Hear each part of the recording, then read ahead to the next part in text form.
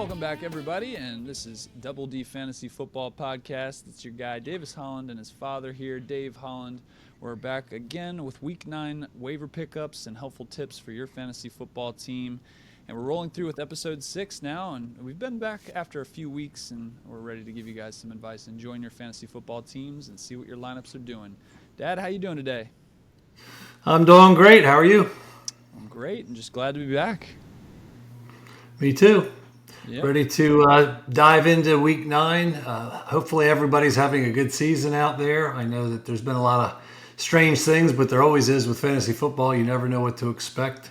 I saw a thing recently where they said that it's 10% skill and 90% luck, and I'll tell you what, this is one of those times when I feel like that's probably right because you never know what's going to happen. So we have a lot of interesting things to talk about, and the main thing really is just who should you be targeting this week. There's a lot of buys this week, some new injuries, so we need to navigate that with you.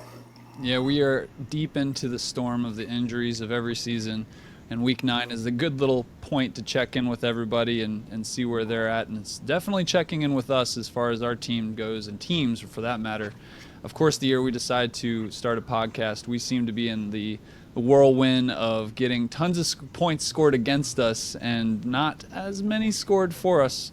And I would argue that our injury situation has not been great, or not been terrible, but as far as, the waiver pickups and our draft strategies, and we're seeing a lot of those calls not come to the outcomes we were really hoping to coming into the season.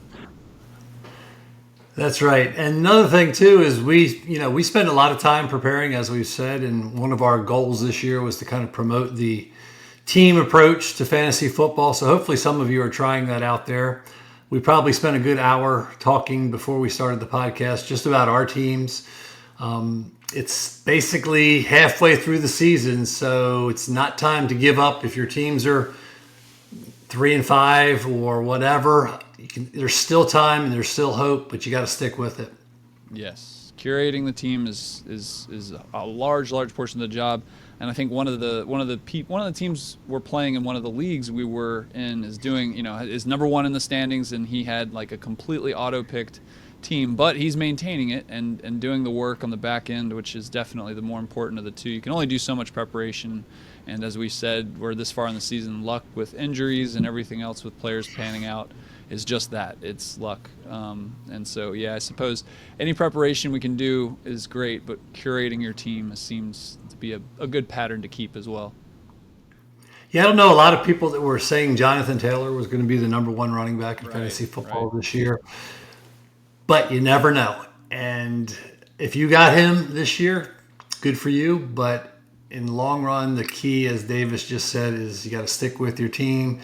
Try to make changes as you go, and lineup changes have to be a constant thing, revolving door, as do waiver wire pickups, which is what we're going to talk about today.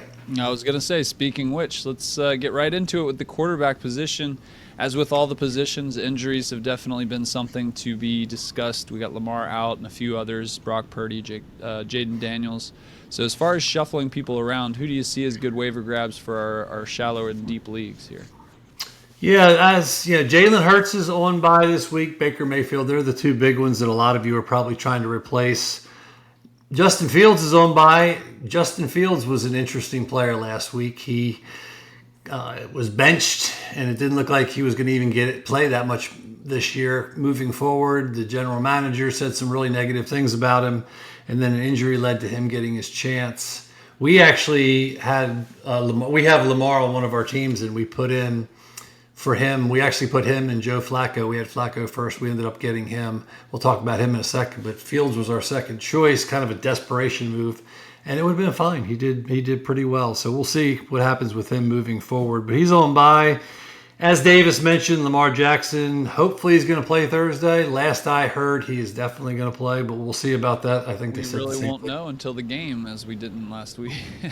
Fortunately, it's an early game. It's not like Monday night, so we'll still have some options.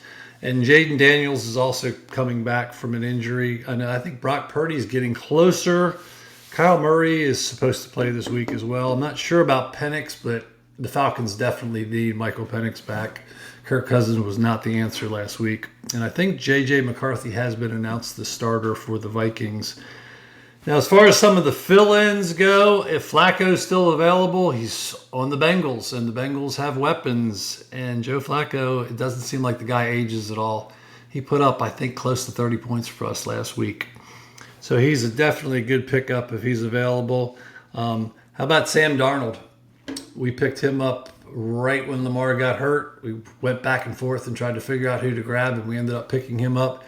We got 2 really good weeks. His week right before his bye wasn't that great, unfortunately, but he's probably the top pick. I think Trevor Lawrence is still kicking around out there. Maybe Brian Thomas Jr. gets it together. He's such a talent, so maybe he'll pick it up as well. But they're probably the best candidates at this point if you're looking for somebody to fill in. For sure. Yeah, and we just got a lot of turntables with other teams. J.J. McCarthy, if you're one of the believers still in him, he's only had so many games to prove himself. The Vikings just seem to be in such a strange place right now. It's hard to put any stock too high into his situation, but he is definitely a question mark. I honestly, the quarterback situation, we I think got fortunate with our grabs when we did. And Darnold being consistent as he's been, and saving us last season was why his name kept popping up, I think, and he did such a great job. He seems to be doing a solid job in Seattle. But and then you mentioned Justin Fields at the beginning of this whole discussion.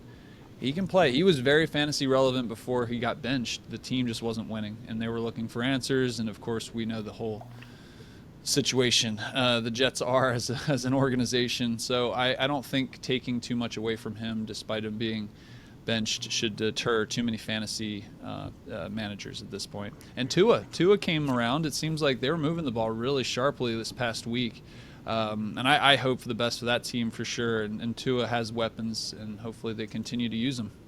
So he'd be a decent. Yeah, getting back to J.J. McCarthy too, I like your take on him. He's a talent. He's just really young. I think he's kind of gotten thrown to the wolves this year.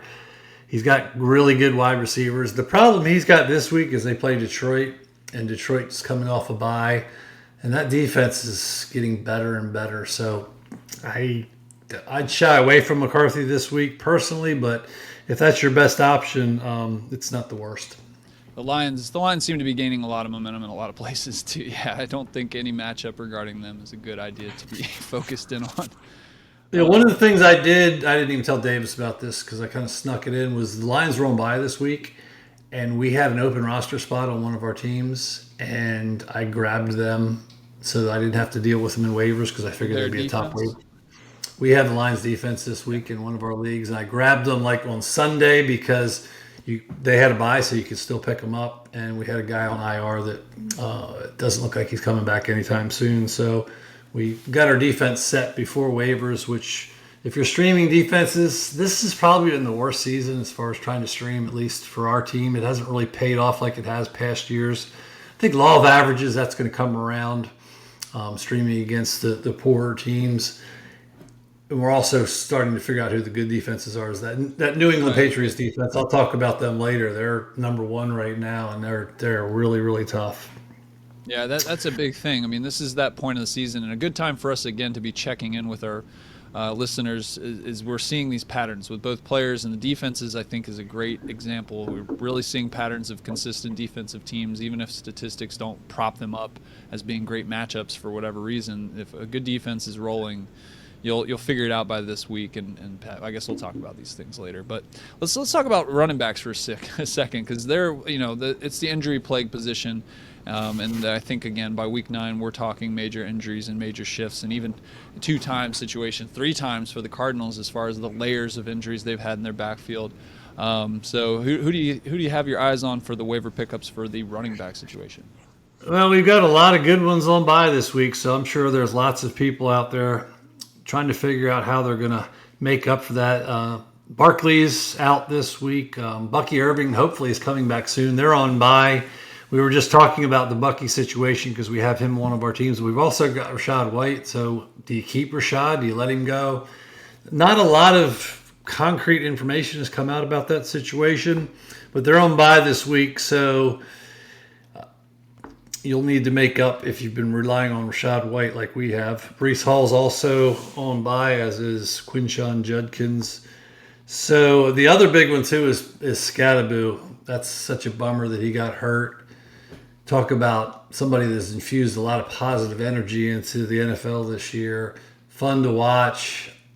Unfortunately, he's going to be out for the season though with his ankle. As far as who's available, Tyrone Tracy is the obvious one if he's available in your league. Hopefully, you've got top priority or you got a lot of fab to spend because I think he's going to be the guy everybody goes for. Other than that, I'll be honest with you, I don't see a lot. I see some backup running backs that may get their chance. You It's the got handcuff season. Right, you got Tank for the Eagles. The Cardinals situation, I don't know what to tell anybody about that situation. We went hard for Michael Carter, and it's backfired on us. Nobody's really emerged. I mean, Zonovan Knight's kind of taken over, but that team's kind of a mess right now. Spears might be worth a pickup. We've picked him up and dropped him a couple times already this year. I think Pollard has a good chance of getting traded, so Spears would get some time. But it's the Titans. As Davis mentioned, he lives out in Tennessee. He's going to see the Chargers game. Is that next week? It's this weekend. Not this week. Oh, it's this weekend you're going. Yep. So he gets to go see his Titans play. We'll see how that works out. Get a full report from that one. Right. And other than that, there's just not much out there on running backs. Once again, running backs, if you hit the right ones in the draft, you're usually good for the whole year. If not, it's a struggle putting together a good running back room. It is tough, and it might just be worth a note to make sure if you're on top of a waiver wire, you probably already know this, but for those who may not be sharp looking at those who get dropped, make sure we're looking at that. As buys come and good players may get dropped on their buy just because people, other players need space in their benches.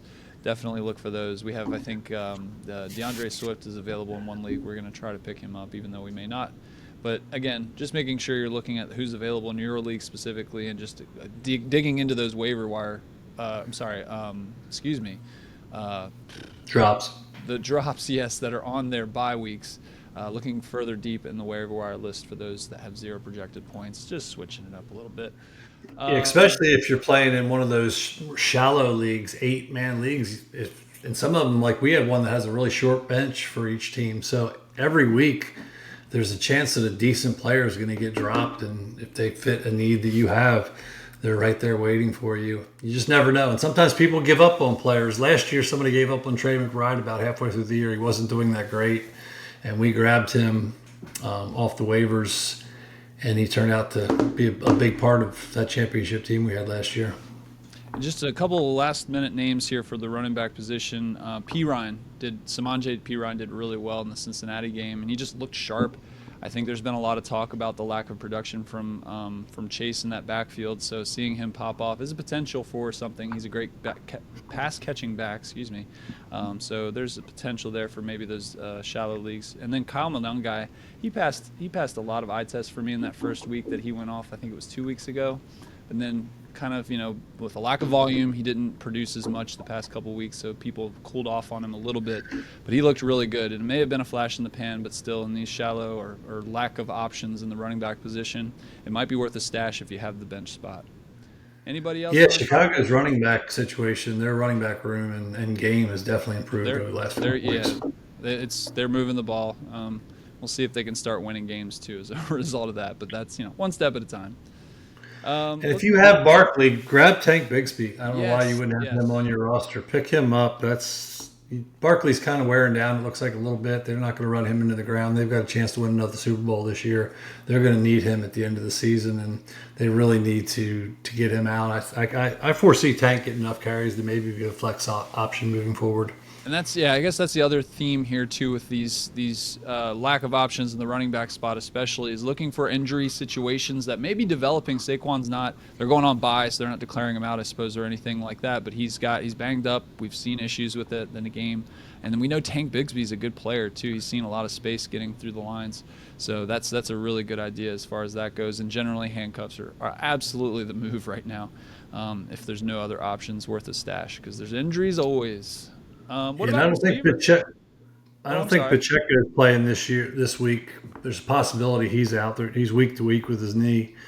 So that Brashard Smith, or if the other running back for Kansas City, what's his name? I can't think of his name.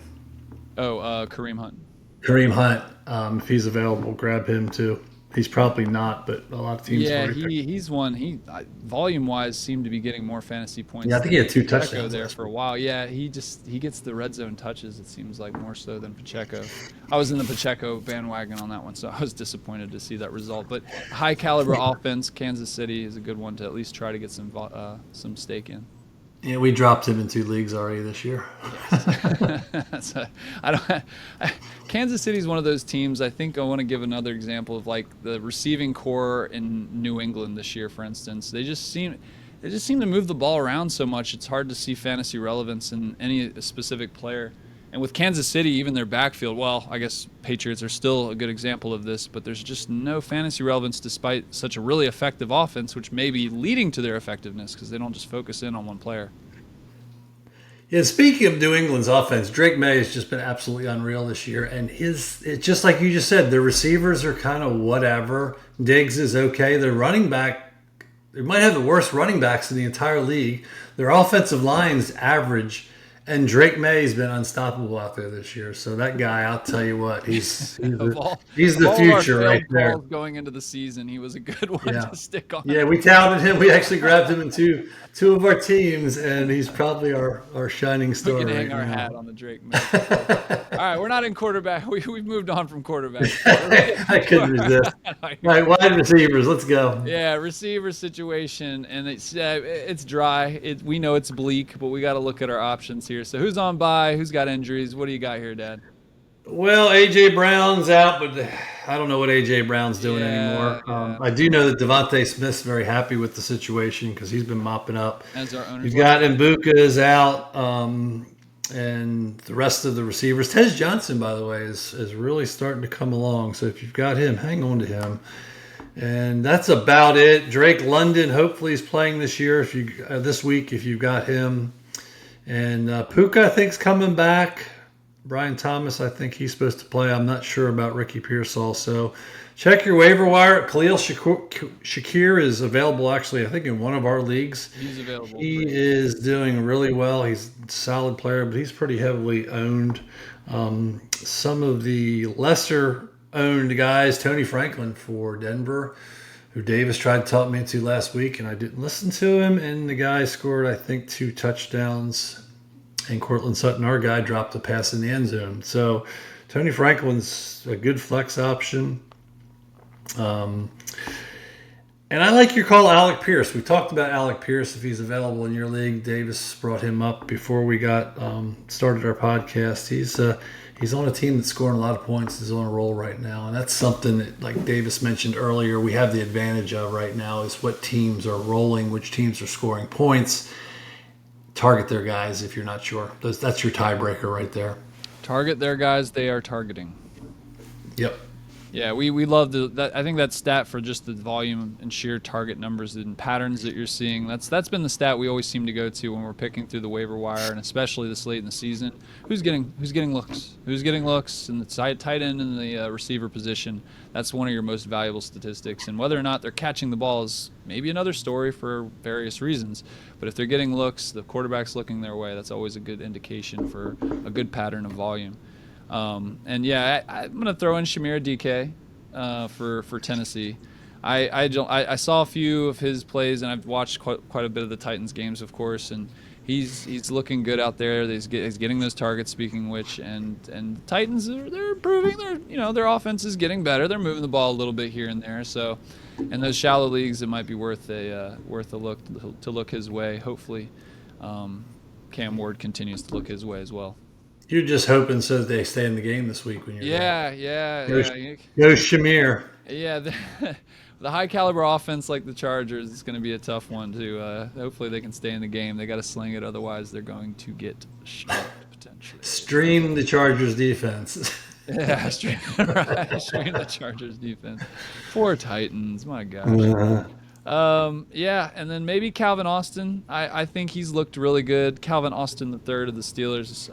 He's flashing in the pan here and there, and we always see that with these receivers, especially this deep in the waiver picks. But some consistency is better than no flash at all, and he's had quite a few throughout the season. So if you got to throw in a guy in the flex spot, through your bye weeks or heavy bye weeks, maybe he's a guy that you can look to.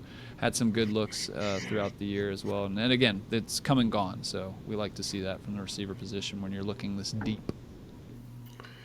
Yeah, we're real deep right now. Yeah. Trey Tucker might be somebody to think about too if he's available in your league.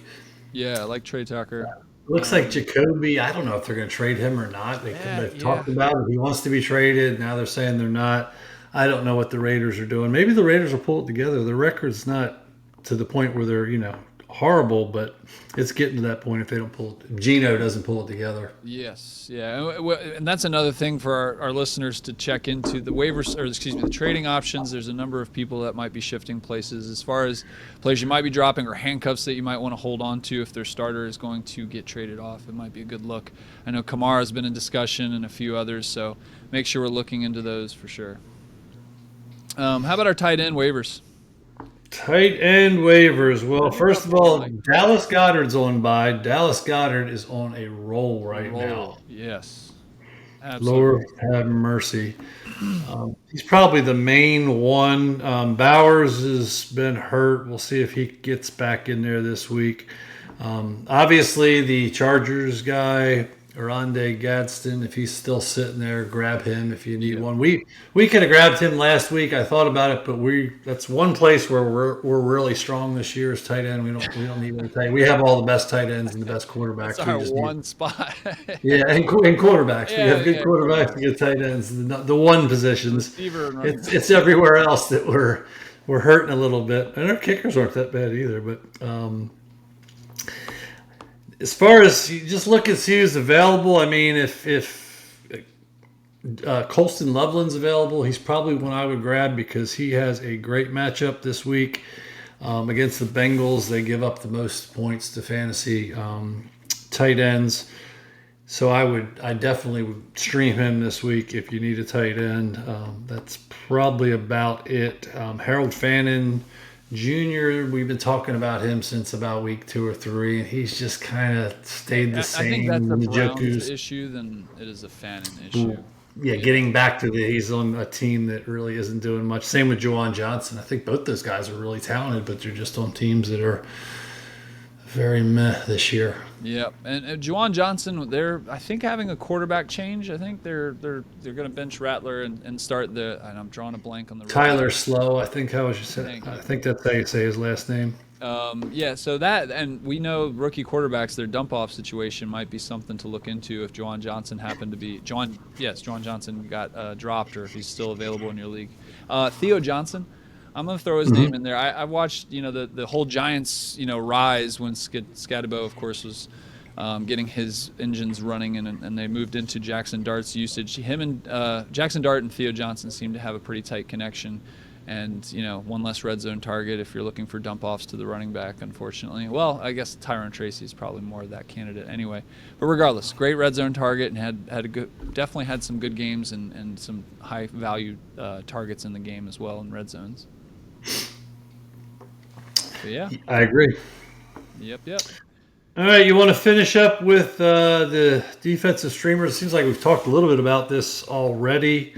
The Rams have the Saints this week, so if they're on there, they're probably the top pick, I would think, at this point. Get the Lions playing the Vikings. That should be interesting. And the Jaguars get the Raiders this week, so I think any of those will be okay. The Patriots also have a pretty good matchup this week. Patriots are doing a good job. They wouldn't be the worst pick either. Chargers, Titans. And then the Chargers. Yeah, I forgot about the Chargers. We've talked about them 7 times already. So. Yeah. Well, all right. If that's it, that's all for me. If it's all for you here, Pop, anything else?